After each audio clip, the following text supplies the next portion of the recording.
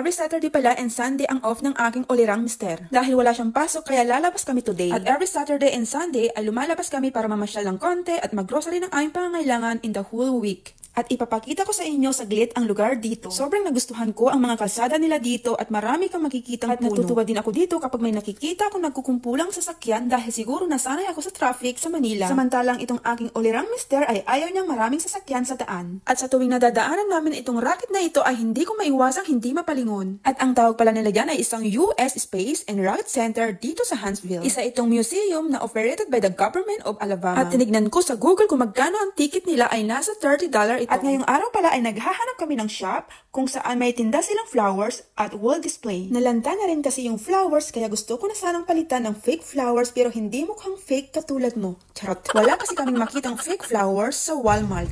Look. I'm going to the salon. Home interiors. Where? Right there. Oh. You gonna go there? Let's go in and see what they got.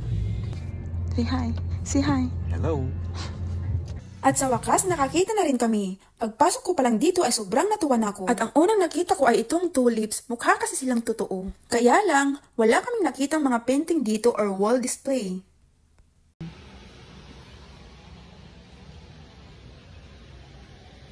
How about this one? It's $11, one only. How about this one? Okay. If you want. How about this? It's 19. If you want. You don't have $10.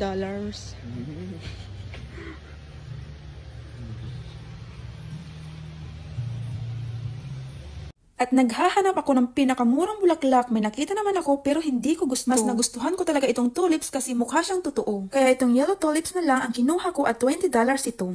At ang second stop pala namin ay dito sa Asian Store na parang ito na ata ang pinakamalaking Asian Store dito dahil talaga namang lahat ng paninda galing sa iba't ibang panig ng Asia ay nandito. At bagoong isda lang naman ang pinakaasam-asam ko dito. Pero tignan nyo naman, marami talaga silang mga paninda dito bukod sa mga frozen foods. Meron din silang gulay, hipon at alimango na gumagalaw pa talaga. Yeah, that's tilapia.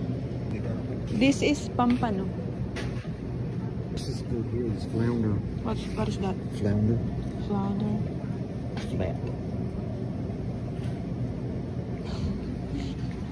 Smells like bagoong. So ito na nga, may nakita na nga akong bagoong na isda. At may nakasulat pa talaga na Pangasinan. Ay di syempre, nung pagkakita ko, gusto ko na agad itong tunggahin. Charot.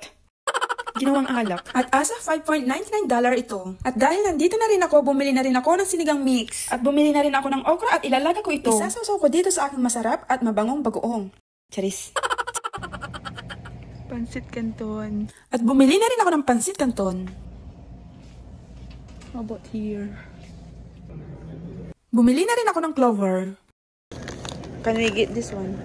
Yeah. What is that? Clover chips. Yeah. A lot of stuff here. I can't imagine. I didn't know they would have all this. This is a lot of stuff. Yeah. A lot of stuff. What? A lot of stuff. Yeah. Pita. Lots of tea. But they don't have Skyflix here. I'm sure they will somewhere. Oh, Max Candy.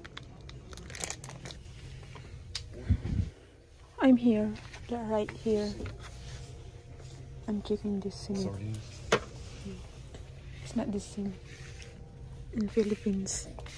Oh, wait.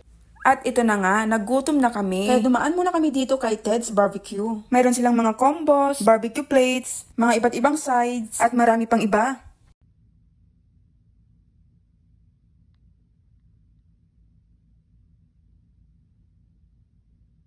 At ang aming order pala ay pork sandwich, french fries, tamales, at beans. At meron na rin kasamang only drinks. At ito na nga, today is Sunday, it's a grocery day. Kay Kroger na kami nag-grocery at dito na kami namili lahat ng kailangan namin. Kapag kasi nakarami ka ng pinamili, may discount kang makukuha kapag nagpagas ka sa kanila. Yep, that's delicious. Really? Delicious. How about this one? You ever never had pecan pie before?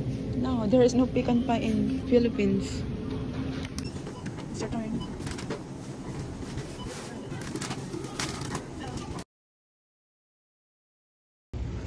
So eto na nga, nagluluto na ang inyong ulirang misis. At hindi ko alam kung ano itong niluluto ko. Isa lang itong pachamba pero nagustuhan naman ng aking ulirang mister.